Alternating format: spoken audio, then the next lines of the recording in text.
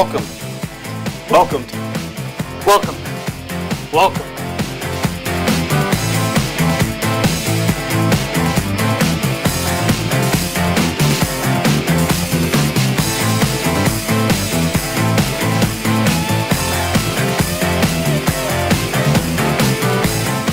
Welcome to Sports Talk, to Sports Talk, to Sports Talk, Sports Talk.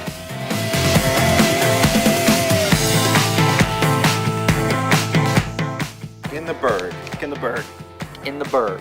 In the Burgh.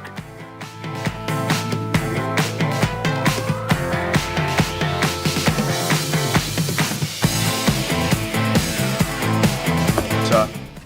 And welcome to the last edition of Sports Talk in the Burgh for this semester. My name is Nick Hedrick, and what a semester it has been here on Exile Island all by myself. I right now am trying to hold back tears for a reason you're about to find out. But first, let's meet tonight's panelists. First, the Sabres aren't in the playoffs, but it's okay because according to his Twitter, he's cheering for about 6 other teams in the Stanley Cup playoffs. It's Adam Maluso. I'll clap for that. Next, his family restaurant serves hot food. He serves hot takes, but his jump shot is ice cold. It's Michael Shuley. There you go, Ice cold. And the reason I'm crying, finally, for the last time ever, do we have tissues down here? Please welcome the ultimate Yinzer, Logan Carney. Cue up And tops. we're going to get right into it today with the Pittsburgh Penguins. The Penguins were swept by the New York Islanders in the first round of the Stanley Cup playoffs. Some people blamed this on me for getting rid of my dirty old Lucky Penguins hat. But what do you guys think went wrong?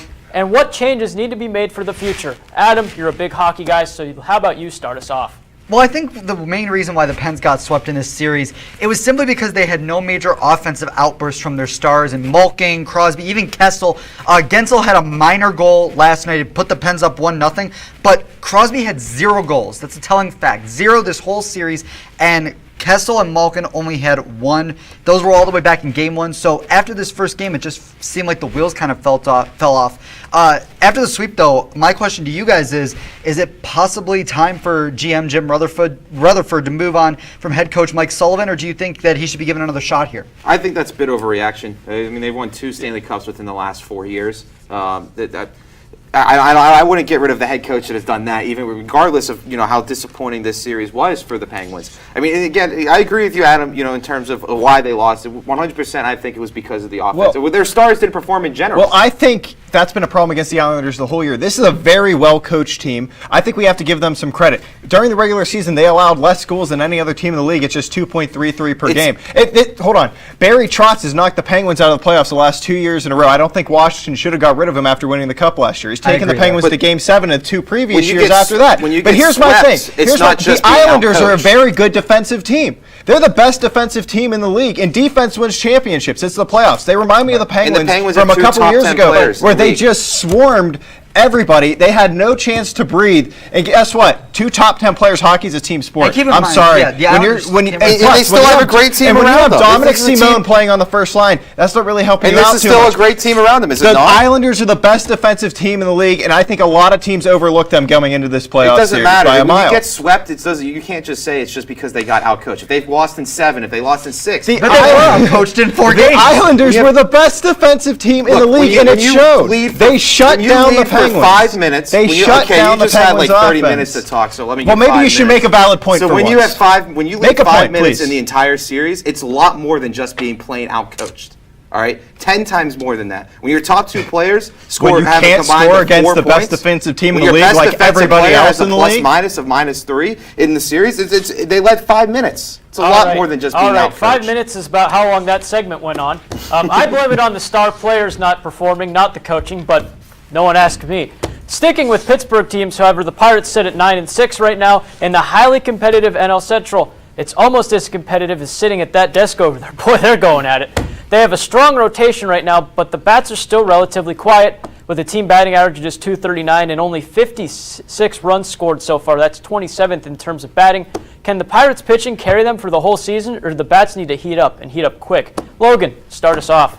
I honestly don't think the bats are the biggest issue on the team when looking at the roster. I think it's the bullpen, especially the back end of the bullpen outside of Vasquez. If you want to be honest with it. I mean, I think that Josh Bell is hitting well, and that's a big reason that we talked about. And 309, 381, Josh Bell, what did we expect out of this team coming into the year? The pitching to be solid, which it has been. No one expected a whole ton out of the bats. However, what a lot of people were expecting, you and I have talked about this, Logan, is that the bullpen was going to be great. And I think you bring up a great point in that perspective, where the back end of that bullpen, with the exception of Vasquez, has been lackluster. I think for me right now, the bats, I don't say they need to heat up, but they're at least a little bit consistent. You mentioned Bell. I think another couple players, Melky Cabrera, 15 games played, 45 at-bats, 5 runs, 17 hits. And then Adam Frazier, 9 runs, 16 hits. I also think that Jung Ho Gung, he could be one of the players that you could consider an unsung hero possibly this season. And he's not showing much now, but if it's consistent. He said he's batting 143. He said Gung is unsung. Wow. He's batting 143. I mean, I disagree with you completely there. I disagree He's with batting on that. 143 this year. I mean, but I mean, there's a lot. The bats really aren't the problem. Eric Gonzalez, even who was batting 217, has hit 300 in his last 6 games. Josh Bell is playing 309, 381. You look at the bullpen. To me, what matters with this guys team, like Rich what matters Rodriguez with this blowing team, late leads, when you have to put Vasquez out there in the 8th inning and you have him throw 40 pitches because you don't trust Rich Rodriguez, then it's an issue. Are you done? All right. What matters with this team? I'm just tired. And it's going to be, and it's going to be from the whole season. They're going to live or die with the pitching. The batting, they don't have any huge offensive superstars out there. This team will live and die with their pitching, and the back end of the bullpen needs to step it up. And I agree with the bullpen comment. I mean, early leads early in the season, they are held late to the game, but the bullpen continuously lets them down. So that means I agree with Logan. I should get a button to hit when that happens, but I'm not in control of the budget either. We're going to move on to the pitch. I felt really British saying that. Give me some tea and crumpets, Mike.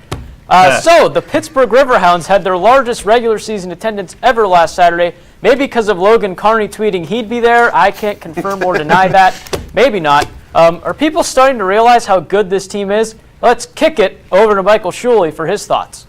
Well, the team has certainly shown success in the past few years, especially last year. They had one of their best years throughout the history of the team. But I think it's kind of showing, if you look bigger picture, Hedrick, the growth of the sport in the entire country. The MLS is picking up in viewership. It's one of the fastest growing sports in America. As someone that, I'm a soccer fan myself. I don't necessarily pay attention to the Riverhounds, but, I think I enjoy the fact that the sport is growing in the country. I think the one thing, too, is, and this is more of a fan perspective-ish, they had the attendance at a stellar, it was unfortunately a long penalty shootout, but they lost to Bethlehem Steel FC last season. That showed the embrace because Pittsburgh will embrace its sports teams. I give them credit all around. But then the Steel Army, they're a supporters group. They're constantly active on social media, showcasing the passion, the pure fun of the stuff they do. But my question is this. We see all these MLS teams in some unequivocal markets, so like Cincinnati, Nashville's a bigger city, but even Austin. Do you think that Pittsburgh could ever get an MLS franchise here, or maybe move the Riverhounds up? Do you think they have the support or the size to do it? No, they won't. The Riverhounds will never, in my personal opinion, the Riverhounds will never be moved up to the MLS, mainly because they have a team in Columbus, they have a team in Cincinnati. They're adding, Nashville SC was added with the intention that they would be added to the MLS, so that's where that market is going to go. So as much as it would be great, then it would. But Shuley, I agree with you 100% in the sense that this shows the growth of the sport, and this shows especially the competitiveness of how the Riverhounds are, because the Pittsburgh's a city that they embrace winners, and when the Riverhounds started winning, they embraced them. And something that Coach Lilly talked about at the end of the game on Saturday was how the sport itself is growing. But even the attendance, even this is great attendance, great monument, there's still a team that should be getting about 7,000 people for attendance in relative to the rest of the USL. So I agree with you 100% that this is more about a good team in a sport that is growing substantially. Yeah. All right, and before we get into the next segment, I can talk. I get paid to talk. We're going to take a look at this clip right here from last year on Sports Talk in the Burgh. Let's take a look. Gentlemen, is Tiger Woods still relevant? How will he do? No, Tiger Woods is not relevant. I don't care what anyone's going to tell me about 2013. He was great. He was doing well. He hasn't been any sort of relevance since the scandal that really kind of brought his career down. And I'm sorry. I don't care about him being back. So, the only thing more ridiculous than Sam in that sweater vest was Sam's claim, but oh well. Moving to the links, Tiger Woods sent the sports world into a frenzy when he won the Masters on Sunday. Some are calling it the greatest comeback of all time. Those people clearly didn't see my return to intramural sports after I beat cancer, but whatever.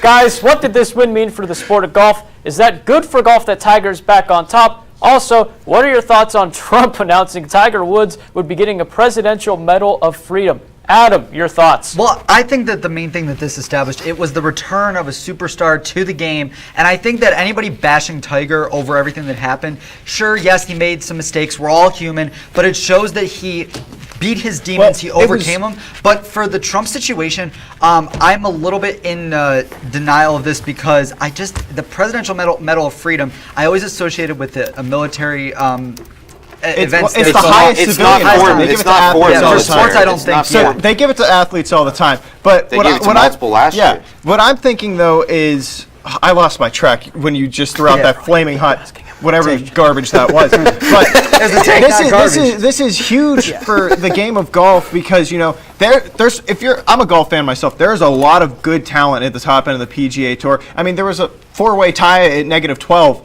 for second place in the tournament.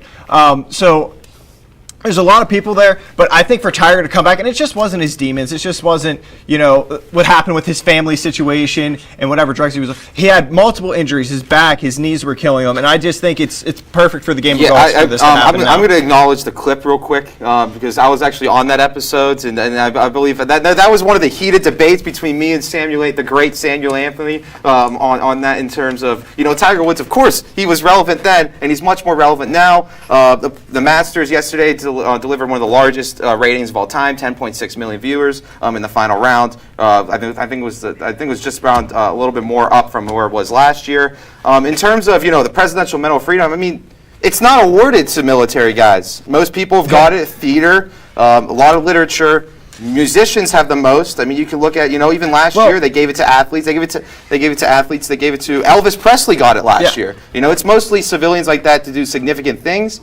In terms of Tiger Woods, he's somebody that when he was on top of the world, he did a lot for African Americans in terms of the sport in general because he's an African American, half Asian, half African American man, a golfer who dominated a sport that is predominantly rich white people. I think so. That's why I think he deserves it, especially after this story. It's the perfect moment. It's wonderful too because he's the greatest golfer of his generation, arguably the most talented golfer of all time, and I'm happy to see him back on top. Yeah, where he you'll deserves get to no be. argument from me there. Yeah, I think that it's a perfect Hollywood ending, in my opinion. And now we're going to send it over to Nick Hedrick, as we actually have an RMU golfer in the studio. Let's get his thoughts on Tiger Woods. All right, that is correct. I'm here with Max Palmer of the RMU golf team. Max, really quick before we go to break here, what are your thoughts on Tiger Woods winning the Masters? That was absolutely incredible. I didn't really get to see Tiger play back in his prime, and I know we've been waiting for over 10 years now to see him back in form and to see him finally win, especially in incredible fashion like he did. It just means so much to me. All right. Well, ladies and gentlemen, you have much more with Max Palmer coming up next. Stay with us. Hey, Dad, I need your help asking Jessica to prom. Of course. Love is like the ocean. You have to tread the waters. Dad, that's not the kind of help I needed. Hey, Jessica. Will you go to prom with me? Yes. You don't have to be perfect to be a perfect parent. Thousands of teens in foster care can't wait to share their first with you. Let me tell you about the toughest guy on earth. He has the crazy strength to lift the man that raised him up without even flinching. This guy, this warrior, will always be by his father's side, even if his dad will hardly remember. If this guy isn't the toughest guy on the planet, then I don't know who is. Caregiving is tougher than tough. Find the care guides you need at aarp.org/caregiving. What do you think you're doing, Kevin? Was just gonna drive home. There are several warning signs present that you shouldn't be driving. Like hearing voices? Like your text-to-emoji ratio? Oh man, the selfies. Selfie nailed it. We all have warning signs that let us know that we're probably not okay to drive. Mine is pretending to be your subconscious. Craig, come on man, let's put a ride home. Hey, Bobo, do trees tell each other stories? I'm sorry. I'm afraid I don't know that. Hey, why don't we go find out? Listen. Can birds draw pictures? I don't have an answer for that. Dad, do stars visit their friends? Look!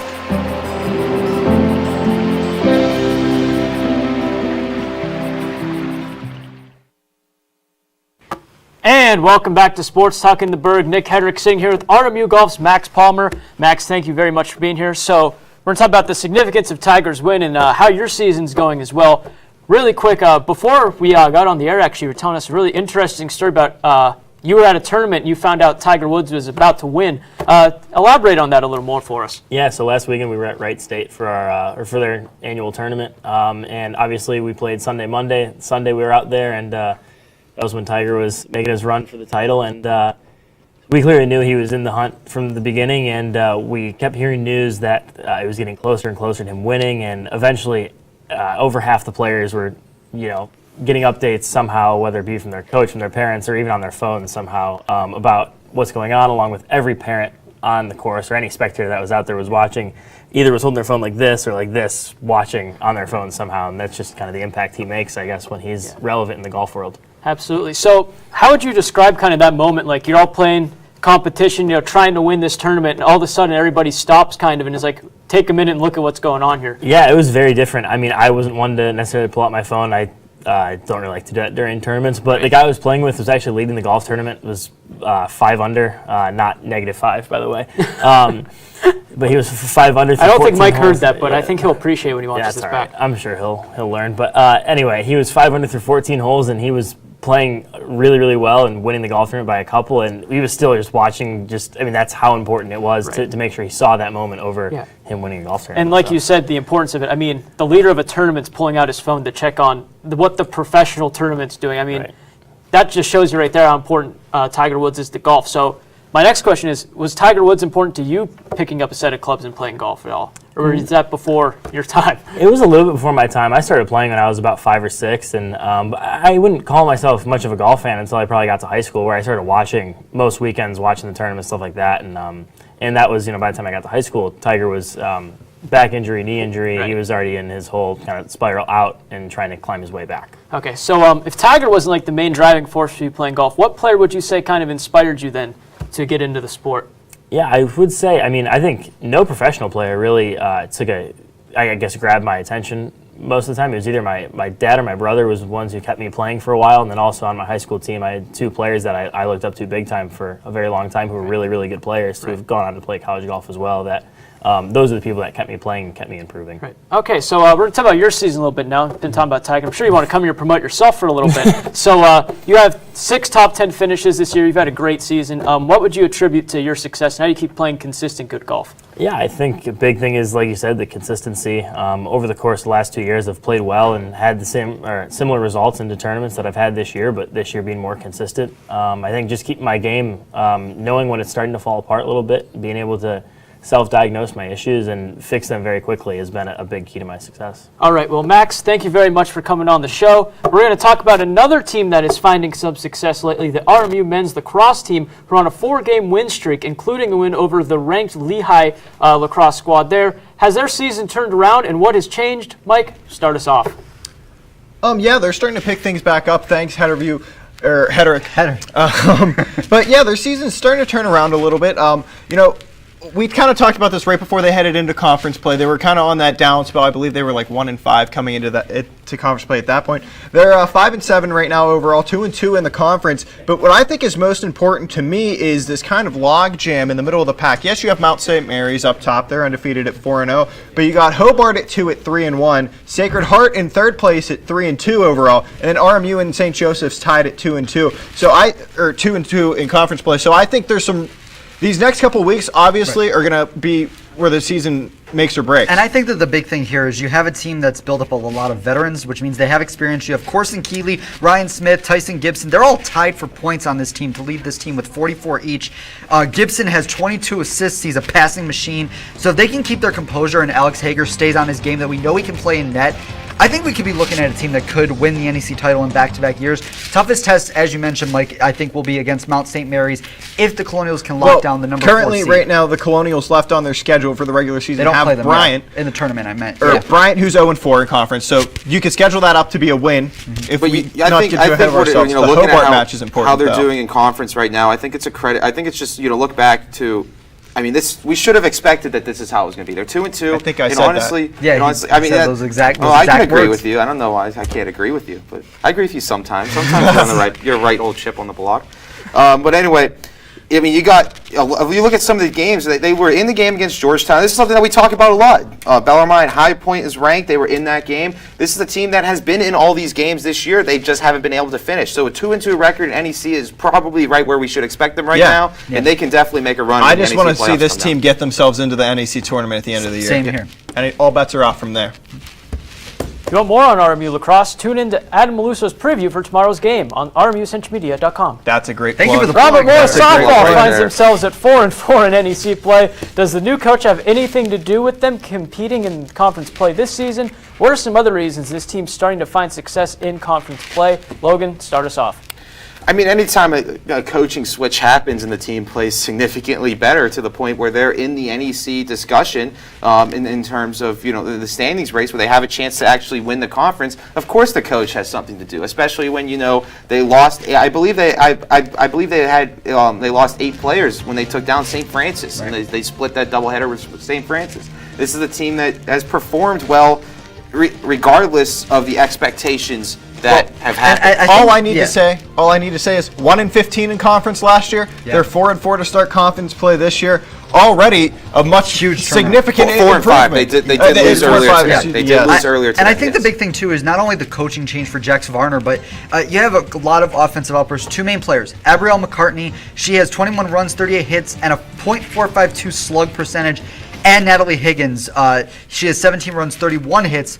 .509 slug percentage. I think if they stay in their zone for these last 3 games they got, you could see if they win, they could go over SFP. I'd even bring Brianna Bunner in that, who has 18 RBIs, second on the team right now as well, slugging .429. All 3 of them slugging above .400. So I think again the offensive output has been great. Right. There's been inconsistency, which is why their record, coming into today, obviously they lost 11-0 earlier today. They still have the second game going on right now, but coming today they were 4-4 against Kent State, by the way. Yes, sorry, I thought it was 11-0. My bad. But they got a lot to go. They got a lot to go on, and I'm expecting a lot more now than I was before the season started. By the way, in that loss today, Brunner 3 for 2 at the plate, so not a bad afternoon. 2 for 3, or 2 for 3. Jesus.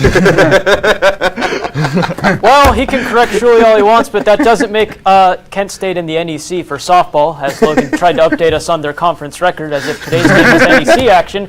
So I'm one up on Logan today. Do not touch that remote, ladies and gents. Up next, we have Final Takes. It's Logan's last ever Final Take, so grab a box of tissues and get ready for some tears. Stay with us. I was physically at school, but my mind wasn't at school. I had problems at home. That's when I met Nornice. She started helping me a little bit, like, Nia, I don't know what you're doing, but your future is more important. She's my strength. It takes a village to help somebody get their diploma. It changes your whole life. Find free adult education classes near you at finishyourdiploma.org. See on page 4 that the projections need to be blood. Next Thursday? Seriously? Thursday? Can't do that. This is really inconvenient. I have yoga that day. I have no time for this. So I can't do Thursday, but I can do Friday. Disasters don't plan ahead. You can. Talk to your loved ones about how you're going to be ready in an emergency. Don't wait. Communicate. What to expect when you're expecting Like here. a teenager. Today, I'm going to show you how to team-proof your home. First step, hide the car keys. Preferably somewhere they would never look. Challenges will come up. Be ready for them. Hi, honey. I'm ready for the... Mom, you don't use mannequins in the mannequin challenge. You don't have to know it all to be a perfect parent. Thousands of teens in foster care will love you just the same. Home fire drills give your family a plan of action. In a home fire, you may have less than 2 minutes to get out. So when you drill, show everyone 2 ways out of the house, pick a safe meeting spot, and get there in under 2 minutes. Then practice home fire drills at least twice a year. You can even make them fun. So everyone knows the sound and exactly what to do when they hear a smoke alarm. Go to ready.gov/fire drill and learn how to prepare your family for home fires. And welcome back to Sports Talk in the Burgh. I would like to thank Logan Carney really quick and Sam Anthony for all their advice they've given me here, and our producer Brandon. We're going to get right into final takes now, first of all with Mike Shuley. Thank you, Hedrick. And for my final take, since this is the last time I'm going to have a microphone in front of me to push my agenda, I'm going to say thank you. Take my time to say thank you to all the seniors that are leaving your program. I have learned so much from all of you. Let's start off with Trevor Young. Trevor Young, I didn't talk to you much at all last year, but this year working with you in Dayton and in Buffalo, and of course on Earn the Moment, you taught me a different way to think about storytelling and how important it is to put myself in a good position while shooting. Dakota Lamb, you, sir, are a genius, and while almost everything you said went clear over my head, you're one of the nicest people I've ever met in my life. Spencer Witt, that late night we spent doing voiceovers in the radio room was something truly inspirational. You're a great teammate and a person that leads by example. And last but not least, Sam Anthony, my mentor. Words cannot describe how much you've meant to me since I got here just 2 years ago. What you have taught me is invaluable, and for that I am forever in your debt. Thank you to all of our seniors, and I'm sure that you will succeed at whatever you do in life. Well, now I feel weird going right after that, so how can I top that? But for my final take this week, I want to address the monumental win by the USA women's hockey team over Finland to win gold at the 2019 IAHF Women's World Championship. Now, despite the controversy over the way that the game ended and the disallowed goal in OT by the Finns, this is another example of how the game for women has come so far to where they are now being universally watched on TV as frequently as the men. It was awesome to see us remain defending champs and get our 5th consecutive gold in a row. Way to go, ladies. You deserve all the glory. So I'm going to say that's a tough finish. Hey, I make the jokes here. For my final take, of course, it's my last show, so I just wanted to say, similar to Shuley, thank you to everybody that's helped me. For what a lot of people don't know, or at least some of the freshmen don't know, and then sophomores, I guess, because they weren't here, is that I couldn't even come back on my second semester. And the only reason I was on this show is that when I came in, I walked in one random day, and there just happened to be an open spot on the desk. 2 years later, me and, of course, my producer, Brandon Alleman, who will be going out today as well, have produced on my favorite show, one of the best experiences of my life. Arguing with everybody up here from, of course, the guys up here today, Nick Hedrick, Michael Shuley, Adam Maluso, Matt Kurdick, Greg Sutton, Samuel Anthony, Ian Kist. I mean, who could forget them? And even Matt Simkovic, who was on for a little bit. It was a great opportunity for everyone, and this is something that, even though I'll still be around, of course, obviously, I still have a year left to graduate. I'm very excited, and it's going to be, it's closing a great chapter of my life.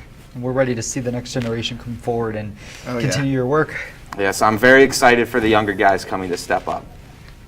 Yeah, and you know what? It's been a fantastic semester. We only have one show left here on RMU-TV. That is Colonial Sports Center tomorrow night. Be sure to tune into that. We have 7 senior packages. We're sending off 7 seniors this year. All of them very well deserving of their spots here. Maluso, you didn't get your chance to say your thank you, so we'll just let you hop in on that. I mean, I just wanted to say thank you. I can't even top what you guys have already said. Thank you to anybody and everybody that's come through and helped me out. I was a scared little freshman, as the term goes, when I came in last year, and the people in Century Media and RMU-TV have really helped me find my footing. I've gotten to work in some of the greatest venues in the U.S. and get to cover events even in my hometown, which is such a great opportunity. And I want to thank you guys especially for taking me onto a show that I felt not comfortable being on at first, but making it one of the best experiences of my life. All right, Logan, one last time, send us home. Thank you all for joining us in Colonial Sports Center for this semester. That's not the wrong show. I had to go out on the top, right? Thank you all for joining us for one last time with Sports Talk in the Burgh. We'll see you next year. Wrong show.